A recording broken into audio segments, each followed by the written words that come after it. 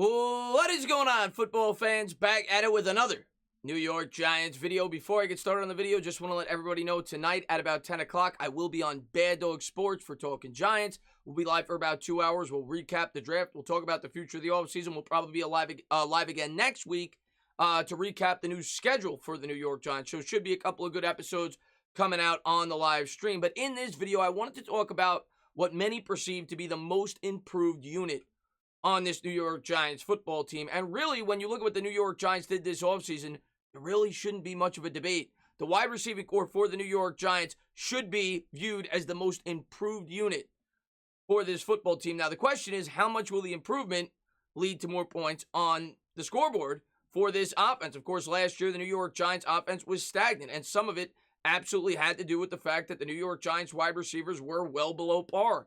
If you look at the wide receivers last year for the New York Giants, you had Kadarius, Slayton, who was getting number one coverage a lot of the time.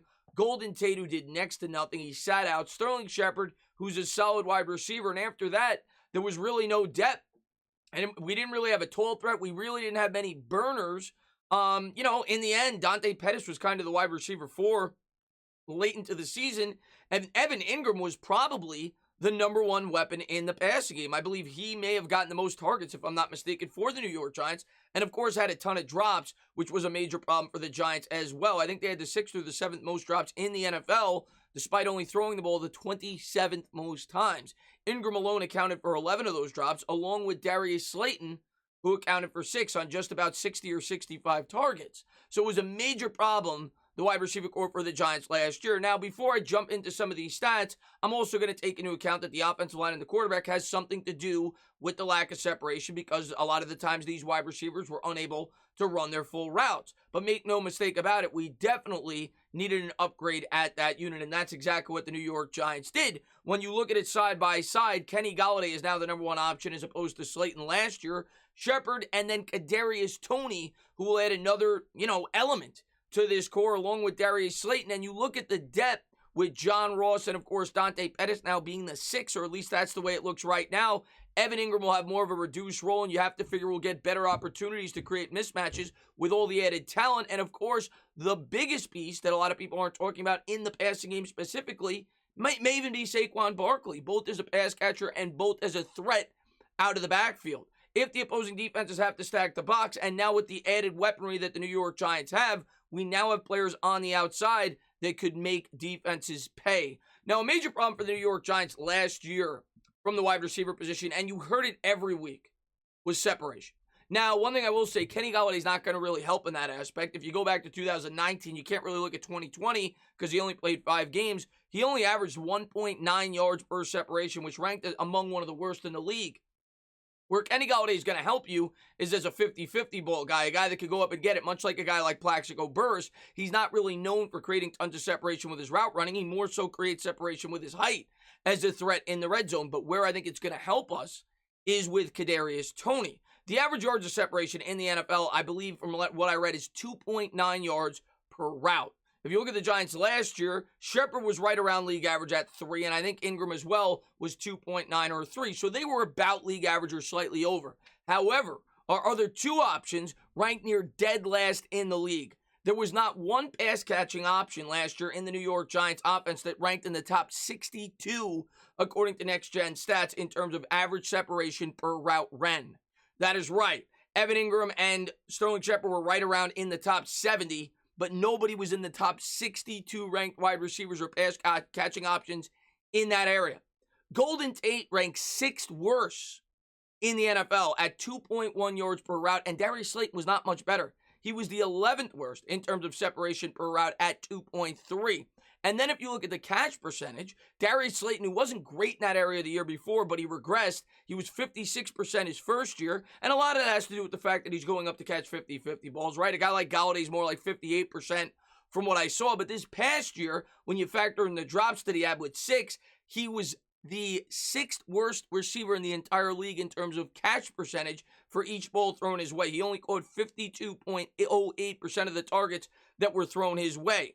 The Giants' offense as a whole also lacked explosion, something that I think you're going to see with an uptick in a big way this year. Last year, Daniel Jones only had 31 plays of 20 yards or more, which ranked 22nd in the NFL, and he only had 5 plays of 40 yards or more, which was tied for 21st best in the NFL. Well, now you had a burner with Kadarius Toney, a guy that's a home run threat anytime he touches the ball. You had Saquon Barkley, who you could say the same thing, both in the pass-catching aspect and as a runner.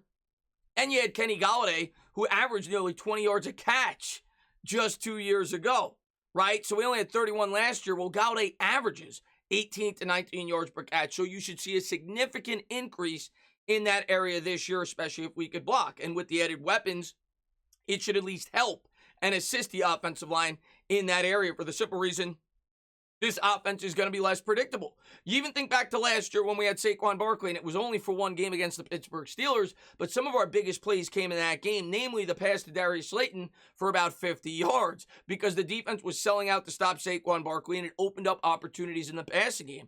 And now you're adding much more talented wide receivers to this core, and even guys like Shepard and Slayton should see more efficient and better opportunities. So I think this wide receiving core is immensely much better. Let's put it that way. There was an immense upgrade as to what it was last year. And PFF actually came out with an article, got this off GiantsWire.com, talking about just how improved it was. Along with throwing Shepard, Darius Slayton, and Evan Ingram, as well as the returning of Saquon Barkley, who's a solid pass catcher, the Giants are suddenly very deep. The only team ranked higher than the Giants in terms of improvement at the wide receiving core was the New York Jets, who added Elijah Moore through the draft, signed Corey Davis and Keelan Cole in free agency. And as a matter of fact, I could probably argue when you factor in that Barkley's coming back from the injury, the Giants may be the most improved team in the entire NFL in terms of the weapon department. You added arguably the best available wide receiver in free agency with Kenny Golladay. You added probably the second best running back with Saquon Barkley behind Christian McCaffrey, because it's an addition. He wasn't with the offense last year. And you're getting all these guys to play in roles that they probably are better suited for. Evan Ingram suddenly is the fourth pass catching option. A guy like Kadarius Toney is absolutely going to help in terms of separation and in terms of big plays. I wanted to read these stats off for you guys as well that I got off GiantsWire.com. According to Pro Football Focus, in his 4 years at Florida, Toney played 32 snaps in the backfield, 8 in line, 674 in the slot, and 338 outside. Now, one thing I want to say about Toney before I continue, one thing I'm concerned with is how the New York Giants are going to utilize him in this offense, right? We all know that Jason Garrett isn't really the most innovative mind. He's kind of bland. We saw that with the offense last year. But by the same token, maybe he was a little bit held back, and the New York Giants have obviously added other elements to the offensive coaching staff with some of the guys that they've brought on. So maybe it'll open up the offense a bit, because I think with a guy like Kadarius Toney, you have to be more creative. He's kind of in the mold of a guy like Curtis Samuel or a guy like Deebo Samuel. Samuel last year led the NFL in yards per separation, 4.7 per route. And a guy like Kadarius Toney, I think that's what he could bring to the table for this New York Giants football team.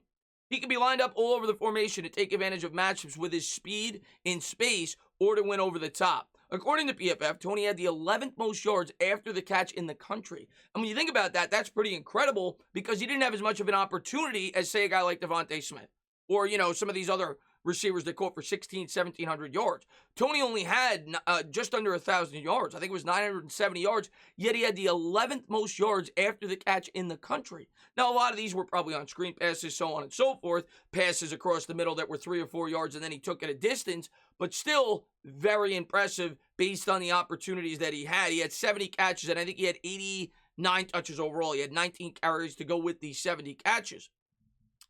11 most yards and yards after the catch, finishing with 477 in his senior season.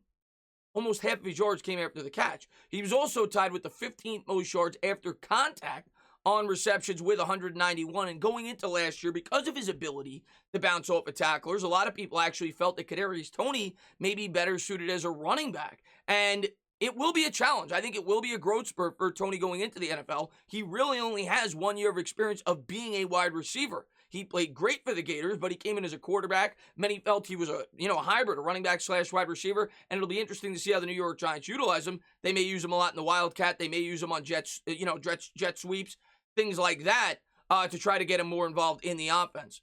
His 24 missed tackles after reception was the 6th most in college football. Now think about that. He had 24 missed tackles on 89 touches. That's crazy. That's like, what, 20% of his touches he forced somebody to miss a tackle. His 24 missed tackles after the catch was the 6th most. He can also beat opponents with his speed, quickness, and is even willing to run through defenders. And when you watch Kadarius Toney on tape, he's certainly special. But what I love about this wide receiving core and why I think it's going to make this offense much more potent this year is everybody kind of complements one another very well. Golladay is kind of that red zone target, the guy that's not going to create a ton of separation, but a guy that could go up and catch the 50-50, could create big plays for you with jump balls down the field. Toney's more of the quick hitter. If the defense decides to blitz, you can hit him with a quick slant over the middle, and he's the type of guy that could take it to the house. Shepard, a very good all-around wide receiver, probably the best route runner on this team right now and a good blocker. And Slayton, I think, will be better suited in the role he's in now, when now he's going to see maybe the third best defender on the opposing team, and maybe he's able to create more separation that way. I still think he fits the scheme, but I think Slayton in a reduced role, you may see more efficiency from him, and it all revolves around Saquon Barkley. The threat that Barkley presents in the backfield and the respect that opposing defenses will have to show him will go a long way for both Daniel Jones and this wide receiving core. It's a put up or shut up year for Daniel Jones. We all know that, but the Giants wide receiving core will definitely go a long way towards assisting Daniel Jones in this season, in which we need to find out as an organization of whether or not he's going to be the man going forward. The pieces are there. If you look around the NFL, there's not a ton of wide receiving cores that you could say are much more talented than the New York Giants right now, and that is a tremendous turnaround from what it was last year. Am I telling you it's the best? No. There's still a couple that are definitely, you could say for sure above it, but they're up there when you look at the weapons that we have, and we did a great job this offseason building that up. Now, what you got to worry about as a Giants fan, did we, get worse in other areas? But hopefully the offense in general, with all the pieces coming back, with all the new additions, it should make the offense, their weaknesses, stronger, such as the offensive line.